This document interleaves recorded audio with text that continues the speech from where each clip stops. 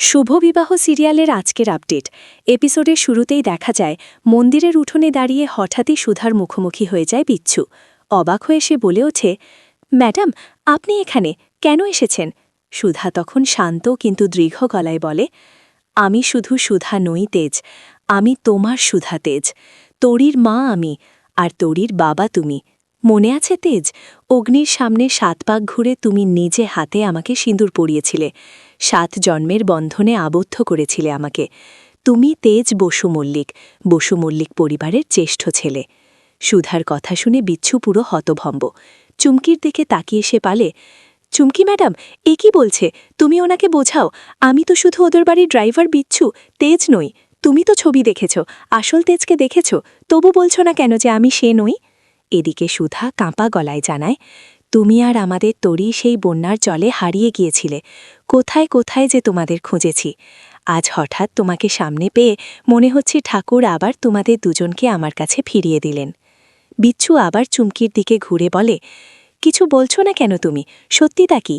সেই সময় চুমকি ধীরে ধীরে সত্যটা ফাঁস করে দেয়। বিচ্ছু, তুইই তেজ বসু মল্লিক, ঠিক তাই যেটা ও ম্যাডাম ভাবছেন। তুই ওনার হারানো স্বামী, তরির বাবা। তোকে আমি নদী থেকে কুড়িয়ে পেয়েছিলাম। চুমকির মুখে এসব শুনে বিচ্ছু রেগে ওঠে। তাহলে তুমি সব জানতেই এতদিন আমাকে বলা হয়নি কেন? আমি নিজের পরিচয় জানতে পাগলের মতো ছটফট করতাম। আমাকে কেন আমার স্ত্রী সন্তান থেকে দূরে রাখলে? কেন সব লুকালে?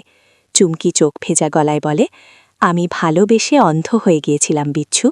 এরপর সুধা যোগ করে, এই কয়েকটা দিনেই চুমকি তোমাকে নিজের করে ফেলেছিল, তাই তোমাকে কিংসুক লাহিড়ির হাত থেকে বাঁচাতে সত্যিটা লুকিয়েছিল।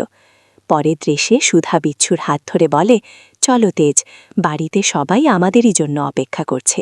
এটা বলেই সুধাকে আঁকড়ে ধরে দাঁড়িয়ে থাকে বিচ্ছু। অন্যদিকে চুমকি ভেঙে পড়ে। এখন থেকে বিচ্ছুর আর দরকার পড়বে না চুমকির। ম্যাডাম থাকলে ওনারা কাউকে তেজের ছায়াটুকুও ছুঁয়ে দেবে না। তোদের লাভ স্টোরির এখানেই শেষ। ঠিক তখনই প্রবেশ কিংসুক লাহিড়ির। সে হেসে বলে, আমাকে থাকতে লাভ স্টোরির এন্ডিং কোনোদিন হবে না। আমি ফেরত এসেছি। বিচ্ছু, তুই ভেবেছিলি তোর মতো একটা হারজিত লোকের হাতে আমি মরে যাব? কিংসুক বন্দুক তুলে বিচ্ছুর মাথায় ঠেকিয়ে বলে, আজ তোকে শেষ করে দেব। সেই মুহূর্তে সুধা চিৎকার করে, তেজকে কেউ আঘাত করতে পারবে না, আমি থাকতে নয়। সারা জীবন আমি তেজের, এটা কেউ বদলাতে পারবে না। সুধার মুখে বারবার তেজ শব্দ শুনে কিংসুক ক্ষেপে যায়। কেন বারবার তেজ তেজ করছ? ও তো তোমাদের বাড়ির ড্রাইভার বিচ্ছু, একজন অপরাধী, কখনোই তেজ বসু মল্লিক হতে পারে না। সুধা তাকে পাল্টা জবাব দেয়, আমি ওর চোখে মুখে আমার তেজকেই চিনেছি, এটাই আমার তেজ। কিংসুক তখন পরীক্ষা নেওয়ার ভঙ্গিতে বলে, ঠিক আছে, কিছু প্রশ্ন করি, যদি ঠিক উত্তর দেয় তবে বিশ্বাস করব। সে বিচ্ছুকে জিজ্ঞাসা করে, তোর বাবার নাম কি? বিচ্ছু নীরব দাঁড়িয়ে থাকে।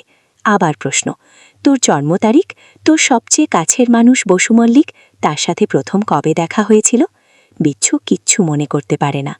চুমকি তখন বলে, ও সব জানে, কিন্তু মাথায় চোট পাওয়ার পর স্মৃতি হারিয়ে ফেলেছে। বিচ্ছু নিজেও স্বীকার করে, কিচ্ছু মনে নেই। সব শুনে কিংসুক বলে, আজ এখানেই আমি সুধাকে বিয়ে করব, কেউ আমাকে থামাতে পারবে না। এমনকি পাণ্ডাদের সিঁদুর আনতে বলেও দেয়। অন্যদিকে বসু মল্লিক বাড়িতে পূজার ঘণ্টার শব্দ বেজে উঠতেই কাননবাড়ে দেবী আতঙ্কে বলেন, ঠাকুর, আবার কি অশনি সংকেত দিচ্ছ? সমুদ্র তাড়াহুড়ো করে এসে জানায়, আমি হাসপাতাল থেকে ফিরলাম, কিংসুক লাহিড়ি আজ সকালে হাসপাতাল থেকে পালিয়েছে। ঝিনুক মনে মনে ভাবতে থাকে, দিদির ওপর ওই লোকটা তো রাগে জ্বলছে, আবার যদি ক্ষতি করে। গল্প আবার মন্দিরে ফেরে। গুন্ডারা চুমকি আর বিচ্ছুকে আটকে রাখে। কিংসুক সুধার মাথায় সিঁদুর দিতে উদ্যত। ঠিক সেই সময় বিচ্ছু বাঁধন ছিঁড়ে গুন্ডাদের সঙ্গে মারামারি শুরু করে। শেষ মুহূর্তে কিংসুকের হাত চেপে ধরে বলে, আমি বেঁচে থাকতে সুধাকে অন্য কেউ সিঁদুর দিতে পারবে না। এরপর সে নিজেই সুধার কপালে সিঁদুর পরিয়ে দেয়। এখন আমাদের বিয়ে সম্পূর্ণ হলো। এই ছিল শুভ বিবাহ সিরিয়ালের আজকের আপডেট।